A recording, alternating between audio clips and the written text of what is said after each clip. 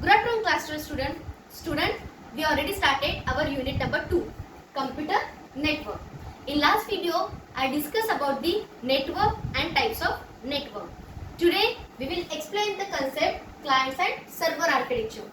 Before that, I want to tell you one thing, that types of network, 4 types was there: LAN, MAN, WAN and PAN. And again, 2 more types are there, that is wired network and wireless network. Basic concept, student. Wired means with the help of some cables we can make connectivity. Wireless, without cable we can also make connectivity. When we are dealing with wired cable or wired network, we will use 3 types of wire: coaxial cable, fiber optic cable or twisted pair cable. And when we are dealing with wireless network, so with the help of waves we are transferring our data from one device to the another device. So when we are dealing with wireless, we will use the waves, for example radio waves, again analog waves, digital waves. So with the help of these waves, we can transfer our data from one device 1 to device 2. Today we will discuss about the client and server architecture. So basic thing, understand this concept this properly. When we are dealing with client and server architecture, we are using always 2 or more than 2 devices. I will draw the structure here. Suppose this is one device. I gave name A and this is my server. And again one extra device I attach here. This is my another device. See, what is client and server architecture? I make device A as a client and second one is device B is also client. So see student, I drawn one structure. This structure is known as a client and server architecture. Now focus on what is client and what is server. Client. Client is one who will send request to server. Who will send request to server is known as client. And what is server?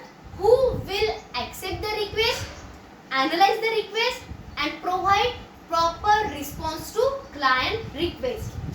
Proper response to client request. So is known as server. Again I am telling you what is client, who will send request to server, and what is server, who will provide response to client is known as server. Now focus on structure student. See, server, suppose our server contain only the documentary information. Only documentary information. Client A. First I am dealing with client A. Client A want only document information. So first what client A will? It will send request to server. It will send request to server. After getting the request from server, server will analyze that request and check which type of data client A wants, and he contain that data as it is or not. So see, our client A want documentary data, and of course server also contain documentary data only. That's why here server will give positive response to client A. Here server will give positive response to client A. That's why this is the successful communication. Now see the device, client B. Now same. Now client B want any image information. Any type of image information.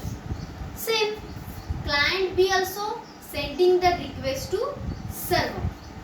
Server, what he will do? He will accept that request and analyze which type of data client B want. So client B want image type of data. Server contain only document type of data. So here server will give any error message to client B. That means this is unsuccessful communication. Why? Because the requested data server doesn't contain. That's why this is here we will get error information or we will get unsuccessful communication. See student, when we are searching some information on the internet and suddenly you are getting 404 page not found. This image, yes, of course, page not found. So many students are always getting such a type of message. So that 404 means what? It's an error message. Means our requested data is not available on Google server. Yeah, I'm confirm about it. I'm sure about it. So many students are always getting such a type of message. 404 or 409 page not found. So that these are the code. Okay. So that codes are represent our requested data is not available on the server. That's why they are giving this type of messages. So this is our simple client and server architecture. Why A and server is successful communication? Because requested data of client A server content. That's why it's a successful communication. And why server client B and server unsuccessful communication? Because the requested data of client B server doesn't contain. So this is simple structure. Watch the video properly. Learn the concept properly, and if you find any query, any doubt, you can call me at any time. So today we covered client and server architecture, student. Thank you, student.